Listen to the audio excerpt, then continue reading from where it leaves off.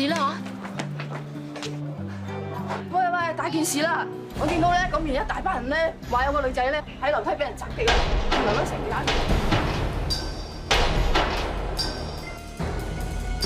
喂，睇下喂，行開啊喂！唔該，咩事啊？翠兒，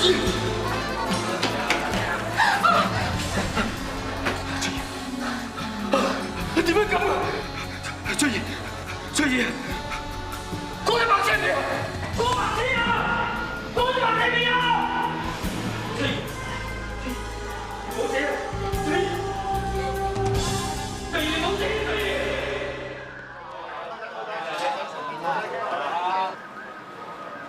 點啊？阿姨話翠兒救唔翻，詹 Sir 咁錫佢個女，我諗佢一定頂唔順。呢邊啊，張 Sir， 呢個阿嬸話咧見到一個可疑嘅男人啊！你見到啲乜嘢啊？哎呀，我唔知係唔係㗎。你盡量記得咩就講咩啦。我正話喺樓梯嗰度執緊空紙盒，偶然間有個男人撞死馬咁衝過嚟，我咪鬧鬼佢咯。點知佢走夾唔唞。咁你記唔記得當時嗰個男人係咩樣㗎？佢一支箭咁衝落嚟，立下眼見個頭髮短短，鼻口尖尖咁啦。靚冰啊，帶衫翻去做個拼圖啊！好，跟我過嚟啊！哎呀，邊度耐唔耐㗎？我仲有好多功夫要做㗎喎。嗰邊睇下。張 Sir，呢個刀套喺上面樓梯轉角揾到嘅，可能同兇案有關。攞我翻去做化驗咯。Yes sir。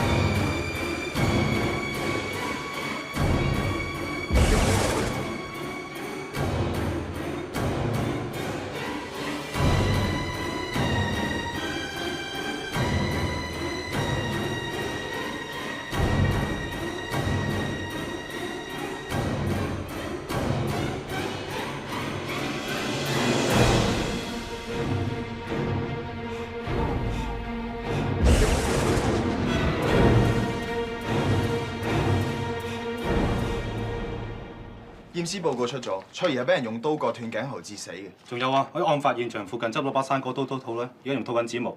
不過鑑證科邊人話咧，呢款生果刀咧，唯同兇刀切口就非常之吻合。我問個售貨員有冇人買過呢一款生果刀 ，check 個發票冇記錄，但係點算貨交嗰陣就發現少咗一把。咁好有可能就係個兇手偷㗎喎。但係兇手究竟係咩人呢？竟然對個僆妹落啲咁嘅毒手啊！翠兒身上邊冇任何財物嘅損失，應該唔係劫殺。會唔會係因奸不遂殺人滅口啊？但係報告冇話到翠兒有被侵犯嘅痕跡。咁即係純粹變態嘅喎。最需要清潔阿嬸啦，一時一樣，仲未將疑兇嘅拼圖做出嚟。睇嚟暫時我哋手頭上嘅線索唔係咁多。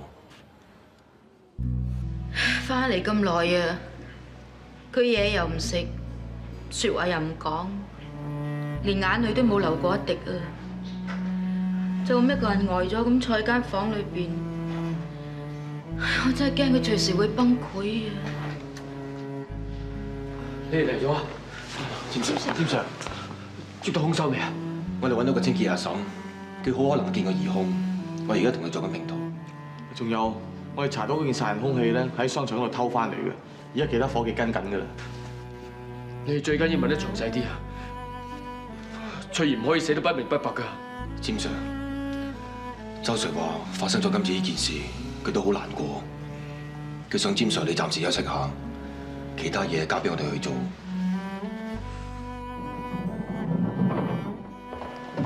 你翻嚟啱啊，張 Sir。田哥，阿嫂話你喺詹 Sir 屋企，仲想去揾你添。詹翠兒單 case， 我啱發現啲線索。照你咁講，殺死翠兒個兇手同18年前殺死司徒莎莎媽媽個兇手係同一個人咯喎。我又唔敢肯定，但係兩單 case 犯案手法實在太相似啦。兩個受害人同樣俾人用刀割斷個喉嚨，亦都俾人割一執頭髮落嚟。同樣，佢佢哋都係戴住有蝴蝶形嘅飾物。阿女仔啊，用蝴蝶做裝飾啊，咁可能係咁啱得咁巧嘅啫。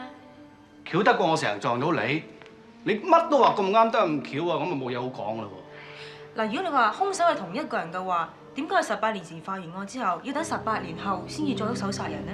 係咯，咁呢18年嚟佢做咗啲咩啊？佢匿埋咗喺邊啊？係啦，二仔啊，你幫司徒莎莎翻查18年前嗰單案，究竟查成點？係喎，我俾咗卡片你揾個咩大 B 啊？問得咩料啊？18年前你都識得講啦，你嗰陣時只係一個7、8歲嘅僆仔，佢會記得啲乜嘢？其實我都好贊同我田哥頭先所講，呢一個世界其實冇咁多巧合，或者呢兩單案真係啲咩關聯都未定。嗱，二仔，我想你幫我約司徒莎莎同埋嗰個大 B 出嚟，我想見一見佢哋。咁你即係話啱啱發生嗰單少女被殺案同我媽單案有關聯咯喎？因為有證據顯示呢兩單案嘅犯案手法都好相似，但係已經事隔18年啦噃，有冇可能啊？我哋都唔肯定，但係亦都唔可以排除呢個可能性。我記得我聽莎莎講，佢媽媽死嗰陣時係將自己反鎖喺房裏面。咁如果佢真係被謀殺嘅，咁兇手點樣走咧？呢一點我哋都仲未諗得明。但如果兇手真係同一個人嘅話，我哋就要盡快阻止第3單同類型嘅兇案發生。但係我真係唔知我哋仲有咩可以幫到你哋㗎。因為假設呢兩單案有關聯，我哋就係由第一單案重新再揾個線索。而程生，你就喺莎莎媽咪死之前喺案發現場外邊出現過。我都講過啦，當時我係想將個髮夾還翻俾莎莎，但係咁極終都冇人應，於是我就走咗啦。但係照莎莎個嫲嫲講，佢當時見到你喺屋後邊走喎。咁啊點咧？我都現場睇過，莎莎屋企旁邊有一排窗。如果你喺前面撳完鐘走喺後邊走嘅話，一定經過呢排窗。咁當其時，你有冇見到屋裏邊有啲咩事情發生過？有排窗？我有冇見過啲咩咧？唉，我真係諗唔翻起啊！嚇，不如好似我上次做證人咁啊，將我哋催眠，咁或者會諗翻多啲嘢啦。如果你哋肯合作嘅，我哋當然求之不得啦。程生，唔知你意思係點啦？我真係唔知幫唔幫到手啊！不過盡力而為啊！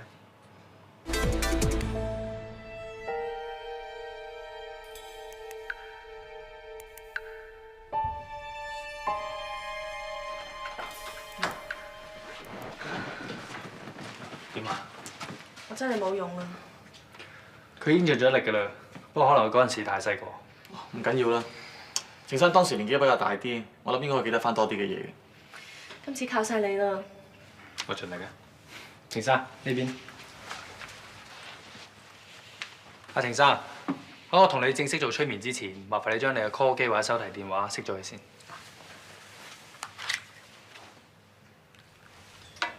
唔該。嗱，你慢慢放鬆自己就得㗎啦。嗱，你而家望住我雙手，諗下中間有一條路，呢條路係通去司徒莎莎嘅屋企。你沿住條路一直行，一直向前行。你嗰陣時係7歲，你諗住拎翻個髮夾俾莎莎。你沿住條路一直向前行。我沿住條路一路行，行到去莎莎屋企門口，我企咗喺度，我望入屋裏面，我見到。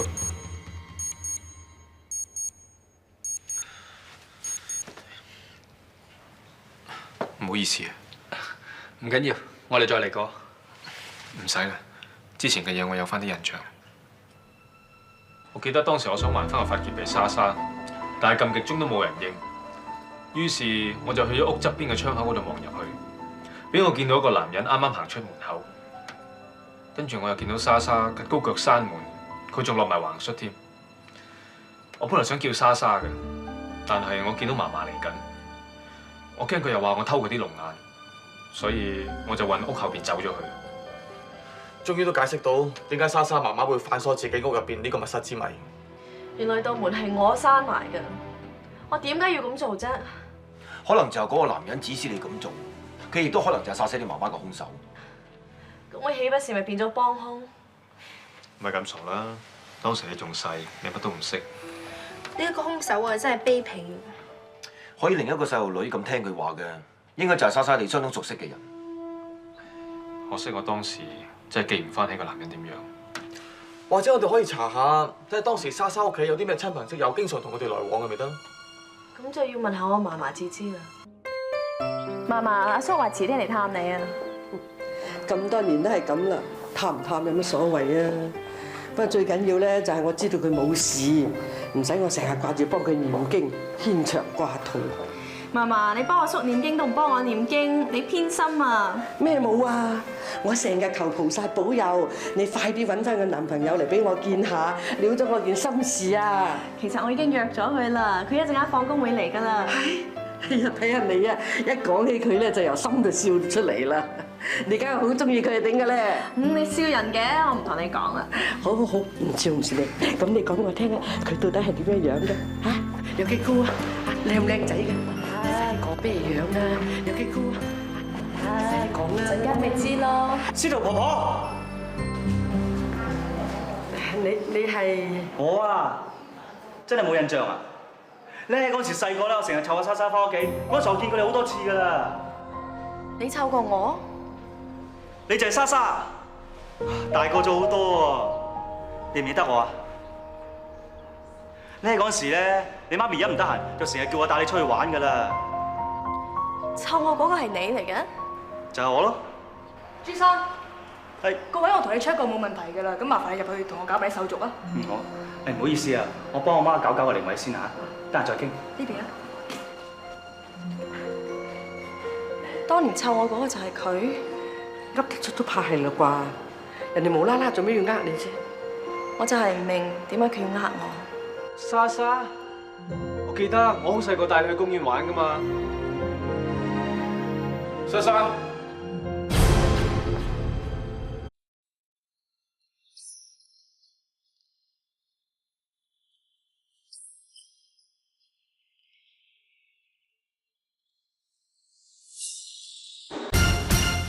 阿望啊，咩事啊？嫲嫲唔係因為我遲到唔想見我啊嘛？唔係，嫲嫲今日有啲唔舒服，我哋冇需要佢啦。咁好啊，咁下次先啦，實有機會嘅。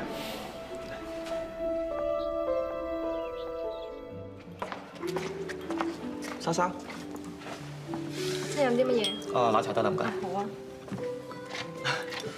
咁得閒約我出嚟嘅，唔使拍拖咩？二仔啊，我咩事啊？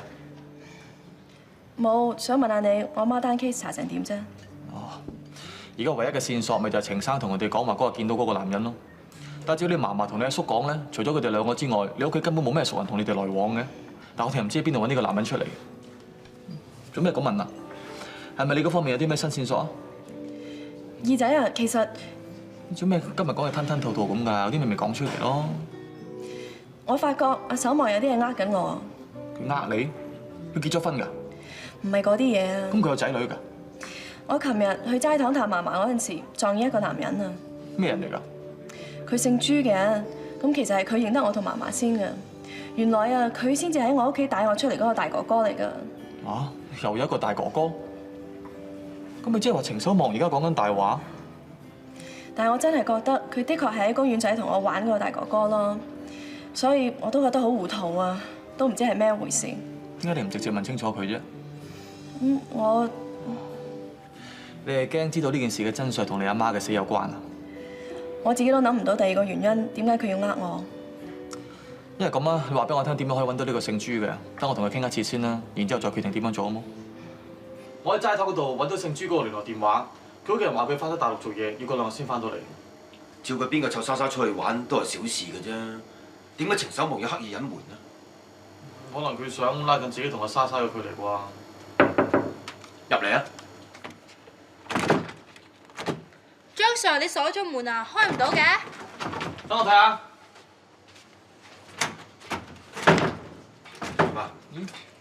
真係開唔到喎。試下出邊大力啲拱啊！得唔得？唔得啊！冇食飯咩？等我嚟啦。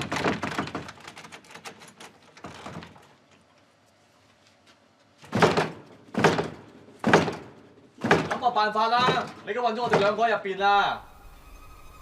冇理由開唔到喎。先生，我都好似冇事㗎。喺呢度啦，開唔到門啊！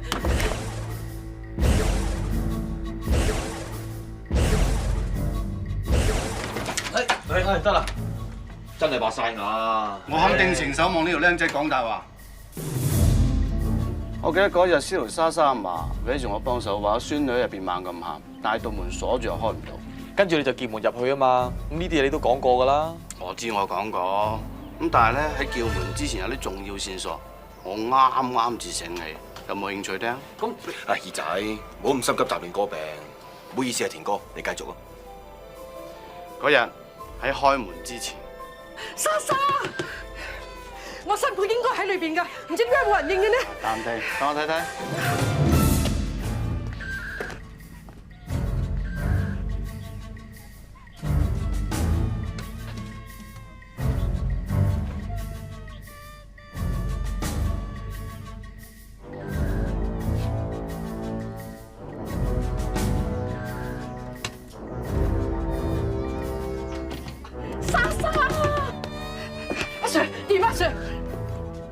我直覺裏邊出咗事，於是我打爛個窗門，揭開塊窗簾布望入去。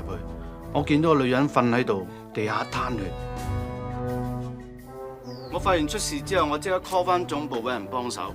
之後我就叫門入屋，抱咗個靚妹出嚟。如果照你咁講，當時屋裏邊嘅窗全部閂晒，窗簾布又落埋，咁程守望根本冇可能望到屋裏邊嘅情況㗎喎。咁即係話，佢曾經見到莎莎俾人叫佢反鎖道門嘅故仔，根本就喺度講大話。但係佢係喺催眠嘅狀態之下先至講嘅喎，唔通催眠嗰陣講啲嘢都會假嘅咩？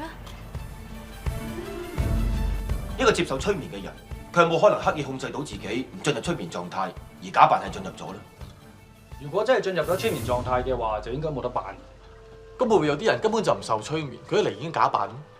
咁我諗真同假我分得好清楚嘅。但係你所講程守望呢個 case 咧，佢記得翻以前嘅嘢時候係一個完全清醒嘅狀態。點解會咁㗎？因為我同佢做催眠嘅時候曾經中斷過。